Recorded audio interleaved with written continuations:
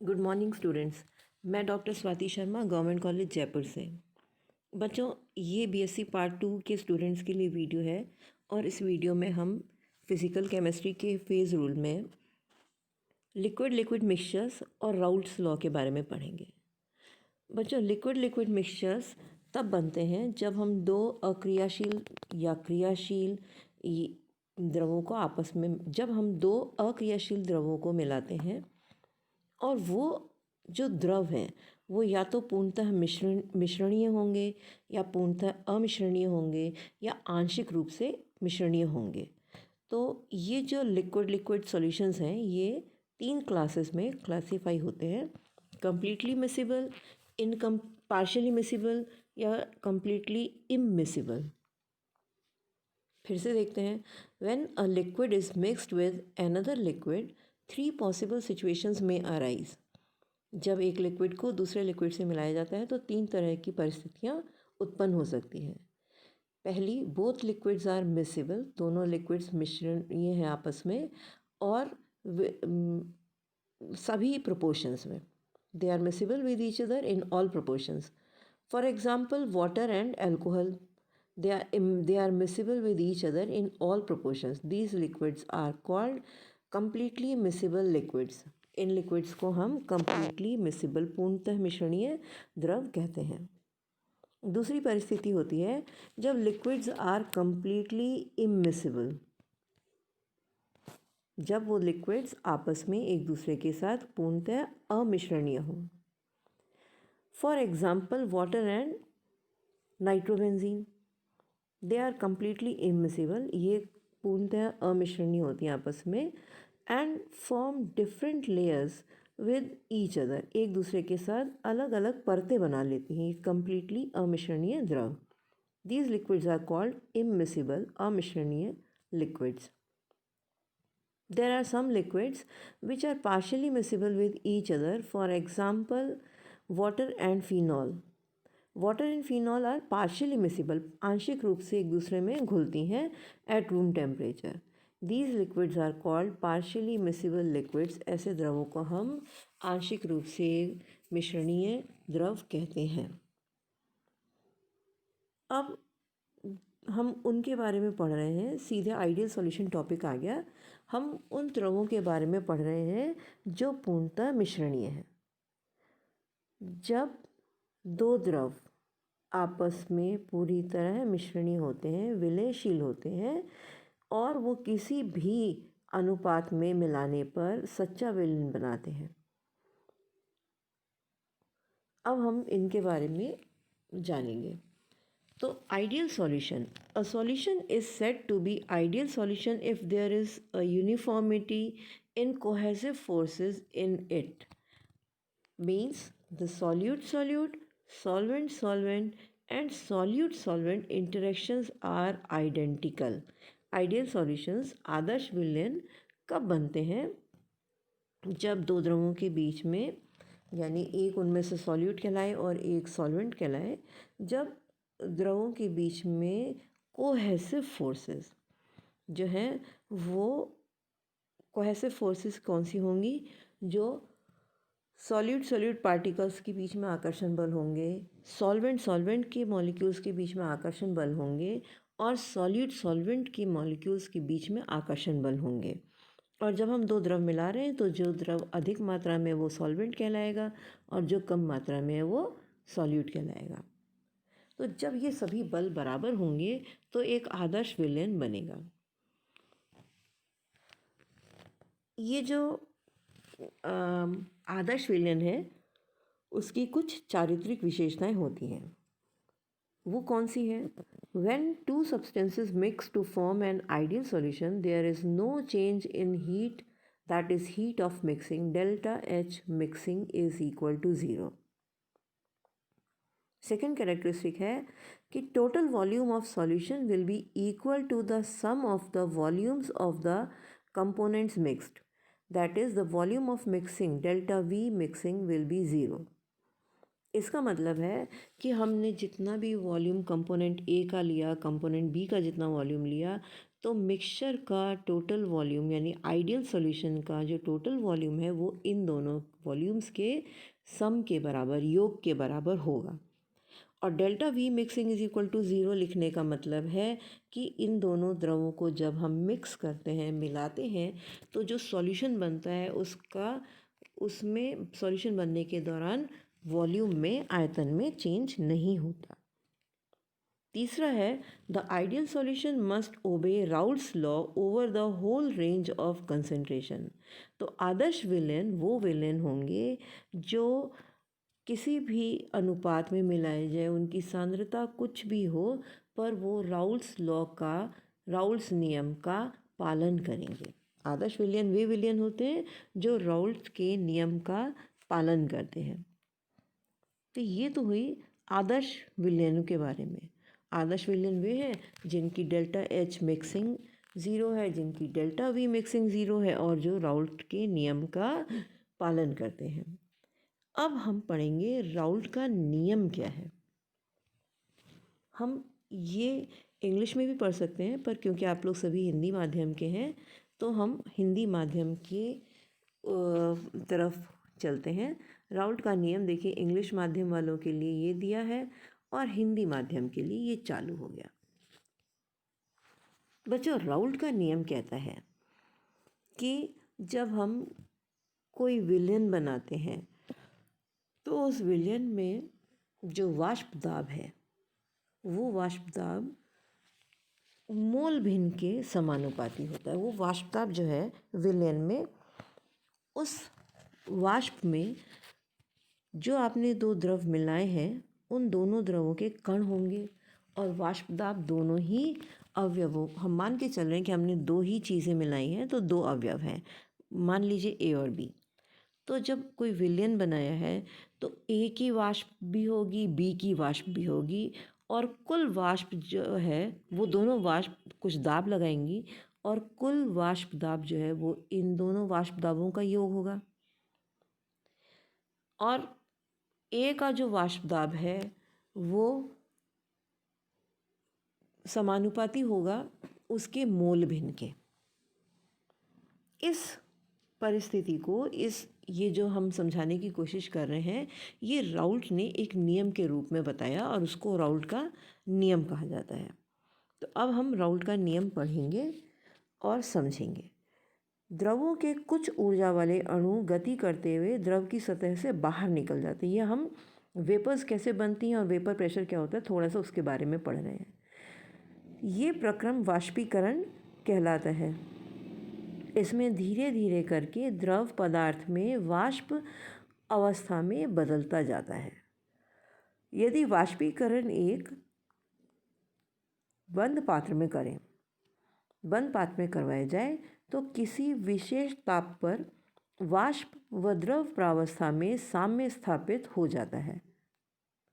इस स्थिति में वाष्प द्वारा उत्पन्न दाब दिए हुए ताप पर द्रव का वाष्प कहलाता है। ये चीज़ हम बहुत ही सिंपल है, सिर्फ एक रिवीजन कर रहे हैं इस समय। अब यदि कोई अवाष्पशील पदार्थ को विलायक में डाला जाए तो उस स्थिति में विलयन का वाष्प दाब ही विलायक का दाब होता है और ये सदैव विशुद्ध विलायक के वाष्प दाब से कम होता है। यहाँ तक समझ में आ गई बात कि हमने किसी बंद बर्तन में अगर कोई लिक्विड लिया है तो लिक्विड के मॉलिक्यूल्स धीरे धीरे द्रव की सतह से निकलकर वाष्प अवस्था में आते हैं और वो अपना एक दाब लगाते हैं। और अगर हम इस शुद्ध द्रव में कोई अवाष्पशील विलायक डाल देते हैं तो वाष्प दाब कुछ कम हो जाता है शुद्ध विलायक के वाष्प दाब से। आगे बढ़ते हैं। माना कि विलेय कोई वाष्पशील द्रव है, यानी अब हमने विलेय अवाष्पशील ठोस की बजाय हमने वाष्पशील द्रव डाला या ठोस डाला, तो उस परिस्थिति में क्या होगा, वाष्प प्रावस्था में दोनों की वाष्प उपस्थित होगी। ठीक है। अतः विलयन में उपस्थित प्रत्येक घटक के आंशिक दाब उसकी सांद्रता अर्थात मोल भिन्न पर निर्भर करेंगे। शुद्ध विलायक था तो उसकी वाष्प दाब थी, पर जब हमने कोई और हमने जब कोई अविलेय विलायक डाला तो उस शुद्ध विलायक की वाष्प दाब कम हो गई। अब दूसरी परिस्थिति दिखाई हमने कि विलायक में हमने वाष्पशील पदार्थ डाला, द्रव हो या ठोस हो, तो जो कुल वाष्प दाब है उसमें विलायक के साथ साथ विलेय के वाष्प में विलेय की वाष्प भी उपस्थित होगी। तो अब जो वाष्प दाब है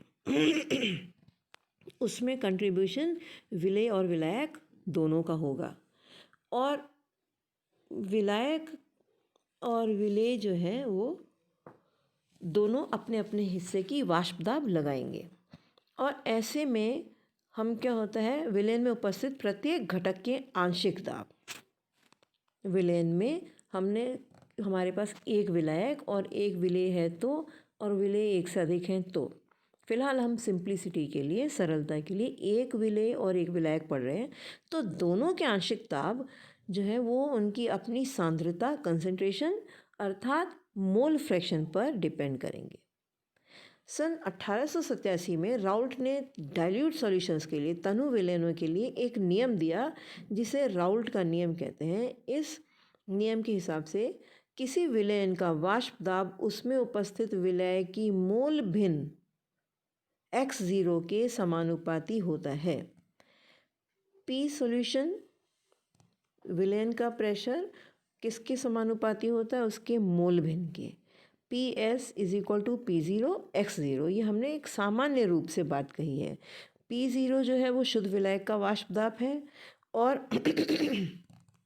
अब अगर हम माने कि विलयन में दो अमिश्रणीय घटक ए और बी हैं जिनकी मोल भिन्न एक्स ए और एक्स बी है, मोल फ्रैक्शन है एक्स ए और एक्स बी, यदि दो द्रव घटकों के आंशिक दाब इन दोनों के पार्शियल प्रेशर्स पी ए और पी बी से रिप्रेजेंट करें तो पार्शियल प्रेशर विलयन में उसकी भिन्न के समानुपाती होंगे, अर्थात पार्शियल प्रेशर पी ए जो है वो उसके ए के मोल भिन्न के समानुपाती होगा, यानी P A will be proportional to X A और इसी तरह P B will be proportional to X B.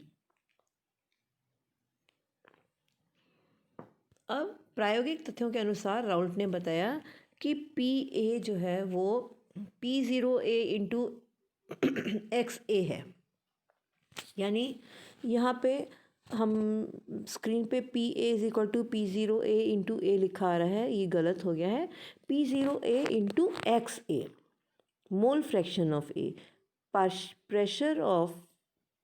Pressure of component A, component A का आंशिक दाब जो है वो उसके मोल भिन्न के समानुपाती था, तो अब वो बराबर हुआ है मोल भिन्न ए का इंटू प्रोपोर्शनलिटी कांस्टेंट, यहाँ पे क्या आ गया, P zero A. P zero ए क्या है, ए का उसकी अपनी शुद्ध अवस्था में वाष्प दाब, तो P A is equal to P zero A into X A. मैं अब इसको जूम करके बता रही हूँ कि कहाँ गलती है बुक में।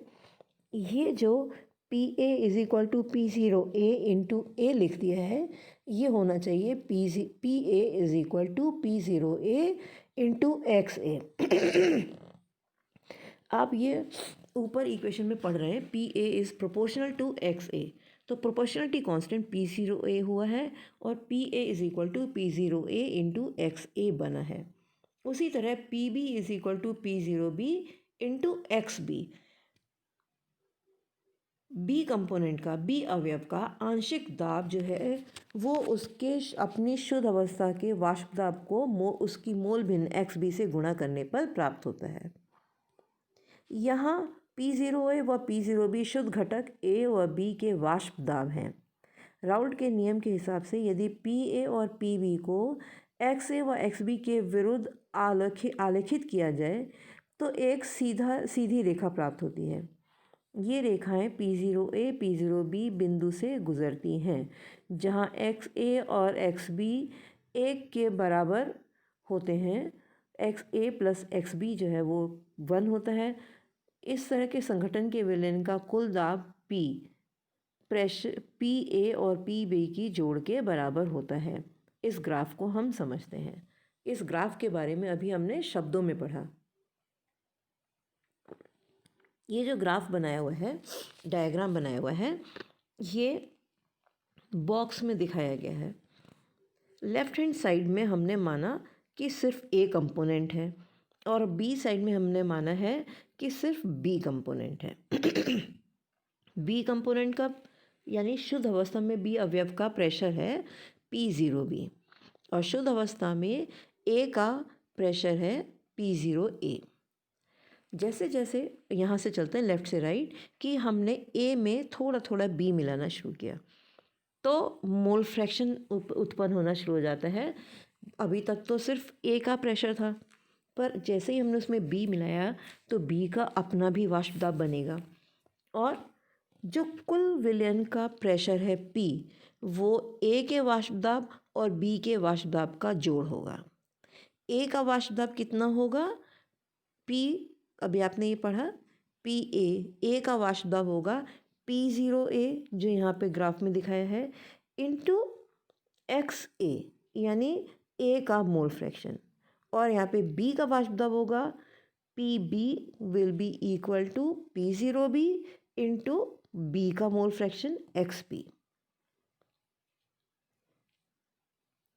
जिन विलयनों के लिए राउल्ट का नियम मान्य होता है वे आदर्श विलयन, व जिनके लिए राउल्ट का नियम अमान्य होता है यानी मान्य नहीं होता है वे अनादर्श विलयन कहलाते हैं। इन विलयनों के वाष्प दाब वक्र 3 के नीचे आते हैं। आदर्श विलयन के बारे में अब हम पढ़ेंगे। हमने पहले आदर्श विलयन की कैरेक्टरिस्टिक्स इंग्लिश मीडियम में पहले पढ़ ली, अब यहाँ पे आ जाएंगी। आदर्श विलयन के वाष्प दाब शुद्ध अवयवों के वाष्प दाब के माध्य होते हैं। माना कि दो द्रव ए और बी को परस्पर मिलाया जाता है। अब यदि ए और बी के मध्य आकर्षण बल का मान ठीक उतना ही हो, यानी अभी हमारे पास पदार्थ ए था विलायक जो हम मान रहे हैं, उसके अणु ए और ए अणुओं के मध्य कुछ आकर्षण बल था। बी हमारा विलेय है, बी के अणुओं बी और बी के मध्य कुछ आकर्षण बल है। अब जब हमने उनको मिलाया तो ए और बी के मध्य भी आकर्षण बल होगा, तभी विलयन बनेगा। अब मानिए कि ए अणुओं के मध्य जितना आकर्षण बल है और बी के मध्य जितना आकर्षण बल है, उतना ही आकर्षण बल अगर ए और बी के अणुओं के मध्य हो तो ये आदर्श विलयन बनता है, आदर्श विलयन की तरह कार्य करेगा। अर्थात केवल वे ही आदर्श विलयन बना सकते हैं जिनके अणु परस्पर संरचना और ध्रुवता में बराबर हों, एक दूसरे के समान हों। फॉर एग्जाम्पल हेक्सेन और हेप्टेन मिला दिए तो वो आदर्श विलयन बनेंगे। आदर्श विलयन बनाते समय अणुओं के परस्पर आकर्षण में विशेष अंतर नहीं होता है, इसीलिए मिश्रित होने पर न तो ऊष्मा उत्पन्न होती है और न ही विलयन ठंडा होता है, यानी ऊष्मा अवशोषित भी नहीं होती। अतः इनके मिश्रण होने पर एंथैल्पी का मान शून्य होना चाहिए। Delta H mixing is equal to 0, यानी ऊष्मा में कोई परिवर्तन नहीं हो रहा है और उसके आयतनों में भी कोई परिवर्तन नहीं होगा क्योंकि आकर्षण बलों में भी कोई अंतर नहीं आ रहा, तो उसके आयतन में कोई परिवर्तन नहीं होता है, अर्थात डेल्टा V मिक्सिंग का मान भी शून्य होता है। और अधिक तनुता पर, मतलब ये एक की नोट है कि अगर हम बहुत डाइल्यूट सॉल्यूशंस बनाएंगे तो कोई भी मिश्रण लो वो आइडियल ही होगा। अधिक तनुता पर लगभग सभी विलयन आदर्श विलयन के समान बिहेव करेंगे, कार्य करेंगे। अनादर्श विलयन के बारे में हम नेक्स्ट वीडियो में पढ़ेंगे। इस वीडियो में इतना ही। धन्यवाद।